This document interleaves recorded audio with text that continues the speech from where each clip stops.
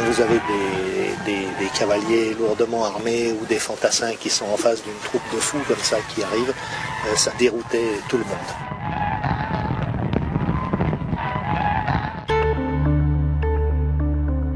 Il y avait la partie strictement militaire. Et après ça, on partait avec 2 ou 3 pelotons pendant 15 jours ou 3 semaines, visiter les postes, visiter les tribus. Prendre contact avec les caïds de toutes les régions. On réglait des problèmes locaux. L'important, c'était les contacts avec les gens, de veiller à ce qu'il n'y ait pas d'abus non plus.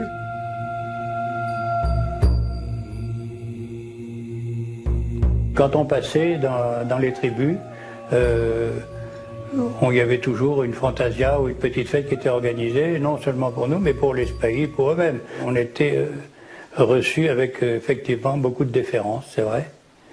Ce qui me paraît le plus caractéristique des spahis, c'est sans doute justement cet aspect qui est à la fois ce mélange de rôle militaire et de rôle politique, au fond. C'est-à-dire une unité qui est chargée, non pas tellement de se battre éventuellement, mais surtout de tenir un pays par un certain contact et par un certain enracinement local. À la sortie de Boussaada, nous nous trouvons dans les gorges de l'Atlas algérien. Paysage imposant où la sombre végétation du sud déploie toute sa richesse à proximité des points d'eau.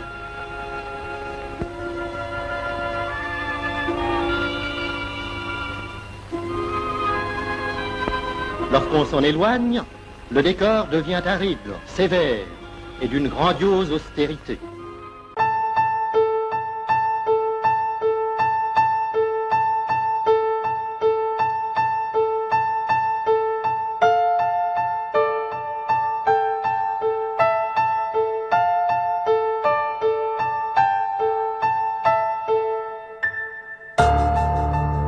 Lorsqu'il y avait une expédition à faire, on réquisitionnait en quelque sorte, on mobilisait tous les guerriers, tous les hommes d'une tribu qui avaient des chevaux à une arme, et on leur demandait donc de venir faire campagne. Ils arrivaient avec leur chef, et c'était leur chef, plus quelques cavaliers d'affaires indigènes qui les encadraient. Si en 1914, certaines familles continuent ainsi de lever des troupes qu'elles mettent à la disposition de la France et que le petit-fils d'Abdelkader va commander, la majeure partie des sujets coloniaux de l'Algérie française sont désormais des appelés assujettis au service militaire obligatoire. Alors qu'au Maroc et en Tunisie, c'est sur l'injonction de leur souverain que les sujets tunisiens et marocains s'enrôlent dans l'armée d'Afrique.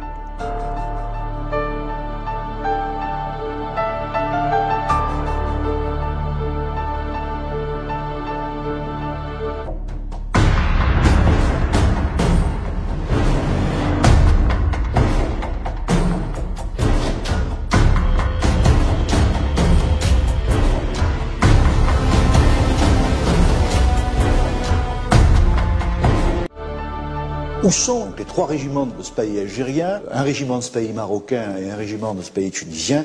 Ils sont évidemment en France. Mais lorsqu'ils arrivent, la campagne du mouvement, la guerre de mouvement en 1914 après la Marne s'est-tue. Donc on va plutôt les employer comme garde à l'arrière des armées, troupes de tranchées, ils vont y laisser beaucoup de monde. Ils vont s'illustrer particulièrement à Verdun. Bref, en 14-18, ils remplissent leur contrat comme d'autres troupes dites indigènes que les Français ont levées dans l'Empire.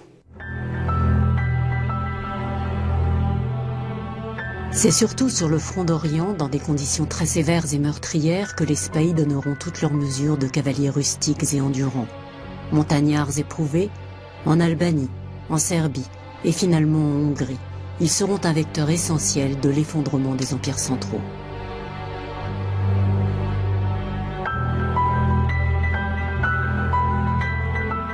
Avec les opérations du Levant, dont la France assure le mandat depuis 1918, les spahis renouent avec les principes fondamentaux de la cavalerie légère d'Afrique.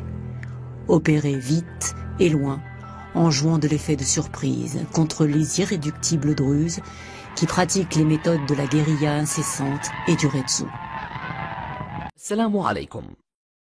لا تنسوا الإعجاب بالفيديو والاشتراك في القناة تشجيعا لنا لنستمر بنشر المزيد إن شاء الله.